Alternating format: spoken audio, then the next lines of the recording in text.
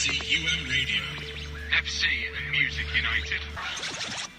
It's time now for our featured band. Mike, Pete and Grant are indie rock trio WinterGreen. They formed in Stockport in 2014. Before we talk to them, let's listen to one of the singles from the album Gliders, which they launched just before Christmas. This is Much.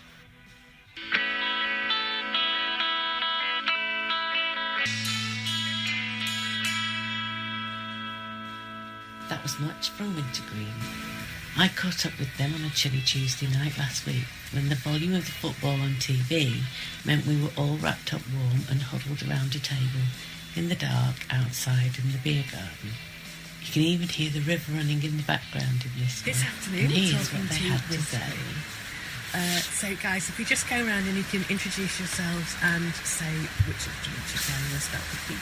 I'm Pete and I play bass guitar. I'm Grant and I'm on the drums. I'm Mike and I sing and play guitar.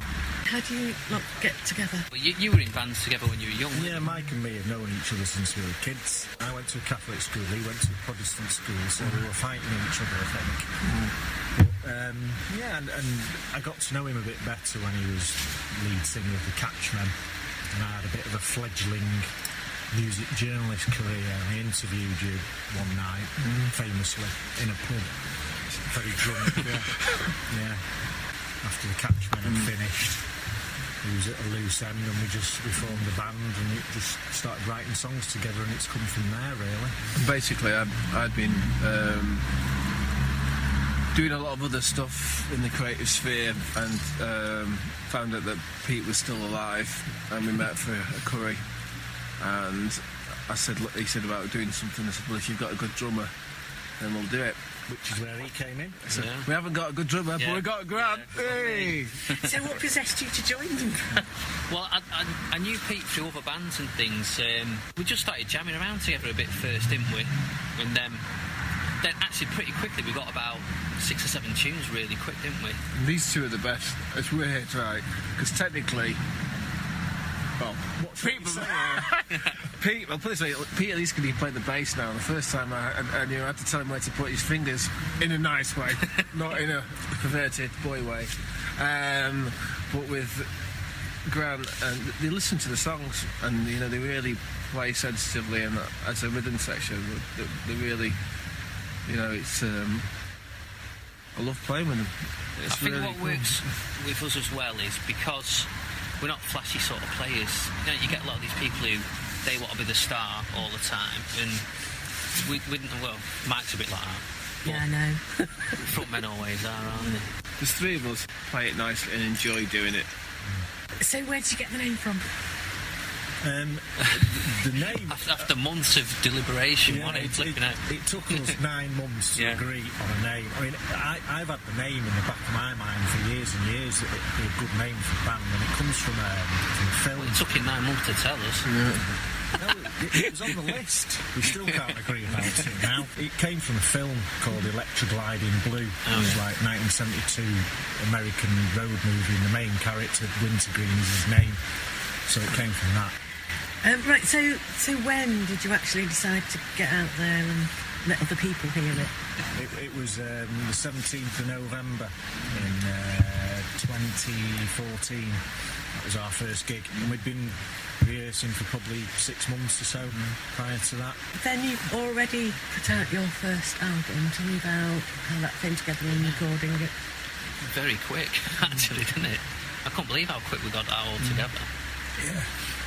It was good how quickly we worked on it, to be honest. We went into Martin Coogan's studio. It's essentially 2 sessions, and it's like a bit like Please Please Me. It's the fact where that it still sounds like there's a lot of energy in there, and it's captured that, and it's not much overdubbed, and it's simple, and it's nice what I think pretty strong songs, and played with energy and with a smile on your face and a song in our heart. And so how do you choose the title for that? He picks all the titles, huh? That's his job. Yeah, I think most of the songs on the album were written by Mike, to be fair. I think there's two that are sort of band songs and a couple that are mine, but most of them are his. I changed the titles very annoyingly for him. He always picks the obvious title, just the main phrase in the chorus. So I changed it to something completely different. So that's all my fault. We all have a fiddle on this. And they kind of go through a filter in that, if it's myself or Pete, obviously if it's myself, melody-wise, I'll have a mess with it. And then I'll write words, and then me and Pete will have an argument for weeks and weeks about one word. It becomes really tedious. That Grant watches like an email tennis match. Musically, these two are really good at arranging stuff. And again, that's something I've not particularly had before. Pete and Grant, they will look to arrange it in a different way than I would ever would. There's an example in a song that we've got in an album, in a film called The Messenger, and it was originally done as a very acoustic song. We did it that way, and then we've rearranged it as a faster thing, and I could never have envisaged it as that. And, that came not from me, but from these guys. Last practice we had was really... that's the thing, you think... You're tired, other stuff's going on, and you get together and think, but we get on, we have a laugh, and there's something in there that we're getting better, and we're getting better, and we're only 21. Part 2 of the interview's coming up in a minute, but first, here is another track from their album Gliders, released at the end of 2015. This one is Icarus.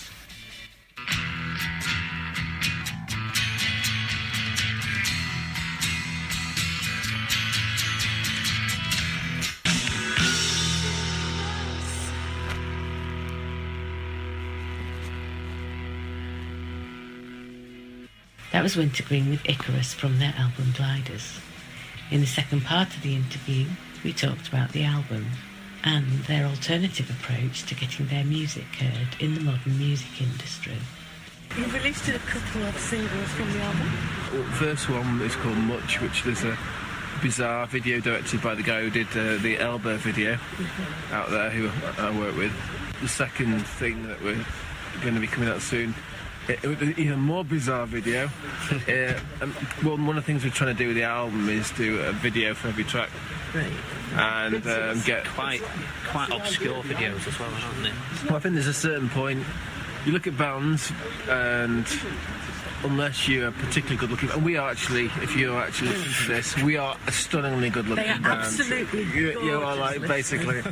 Well, in this one, the puppet does depict you very, very well. It does. It looks like. So you can work out how good looking he is from. So we've basically got puppets in this next one. But it's good with the videos that we've done, because Mike's obviously, his career's in film and TV, and it's contacts that he's got through that side of the media who've made the videos, and we just handed it over to him. Said, here's the song, go away and make a video for us. We've heard quite a bit about videos, so live, what kind of plans have you got coming up next? We're playing locally quite a bit. We're hoping to find some gigs with more national touring bands, just to get a bit more experience that way. We've done the usual haunts like Night and Day in Manchester. We've done that 2 or 3 times now. We've got a few contacts here and there. Andy Whittaker used to be in The Sun and the Moon. He's interested in giving us a support slot. You've just got to try and get what you can, really. Send messages to venues. Here's our SoundCloud link, all that kind of stuff. Any chance of a gig. You don't get any money from it, but as Mike says, it's enjoyable. Our next gig, 7 miles out in Stockport on May the 7th. That's not too long away. No, it's not. We best get rehearsing, haven't we, lads? The film that we've got, the track in The Messenger, is going to come out in America.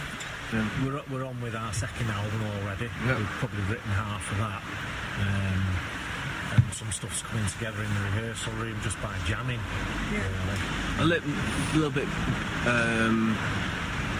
kind of longer songs, but not in a kind of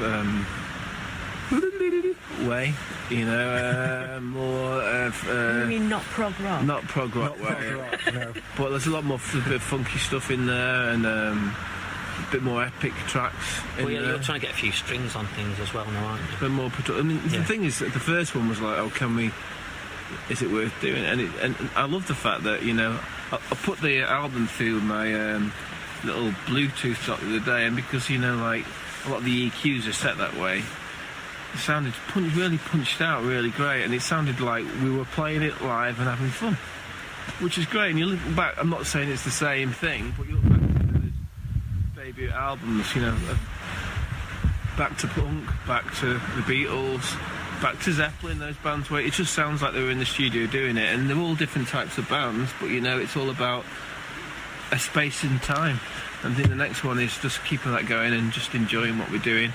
Try and get them in films and stuff. That, you know, that's the thing really, is it's harder for bands to actually get, you know, when I was a kid, I used to go down to London with my, God, this sounds old, with my wax cylinder, with my demo tape, and you go and see an A&R person. That's not really happening anymore. So for me, the way, you know, to go is to put music into films.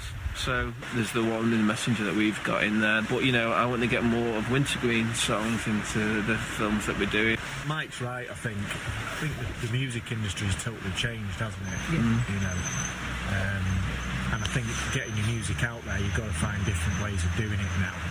As he says, it's not you get signed by a record label and they bring out your album and your singles. You're basically on your own, I think, in this day and age. And any labels that are still knocking around, they don't have any money, so you self-fund it. All three of us are creative people. We've always been producing something, and this is what we're doing at the moment. And Mike's right, getting your stuff in films, and we've got the ability to do that. It just, for me personally, when I go to my grave, as long as I'm happy that I've done something in this world and left something behind, that'll do me. And I think that's our philosophy. I'm happy that I've just heard Pete say Mike's right. For once. Send him recorded at that bit. First, I'll put the clip. He'll have that as his ringtone. When Mike first told me that he'd set the band up, which was just before you played your first gig, and he said, we're just in it for a bit of fun. But it really has come a long way since then, in about 18 months, and you are taking it a lot more seriously and taking it probably further than you thought you might when you first started it. Well, there's rumours of, like, Academy gigs and stuff like that. I was going to say Academy Awards. Academy Awards. Well, maybe. Yeah. I think it's still... The fact is, you know, we've got a stockpile of songs, you know, and when Pete and I get together, we write stuff, and I think we make each other's songs better. And I think when we play them collectively, you know, they sound, you know, different. When I listen to the album, I think, you know, I couldn't imagine being in a band like that. I've always written very acoustic, kind of winsome songs, and the band's got more of a muscularity about it. It's direct, but it's not soft. I think that's a very good note to finish on. Direct, but not soft. Thank you very much, gentlemen. Thank you, Claire. Brilliant, thanks for that, Claire. Splendid. During the interview, the guys talked about one of their songs getting into a film soundtrack. It's a British-made horror film called The Messenger, which was released in UK cinemas last November. As they said, it will be released in America later this year. Have a listen to that track, It's Hell and Heaven.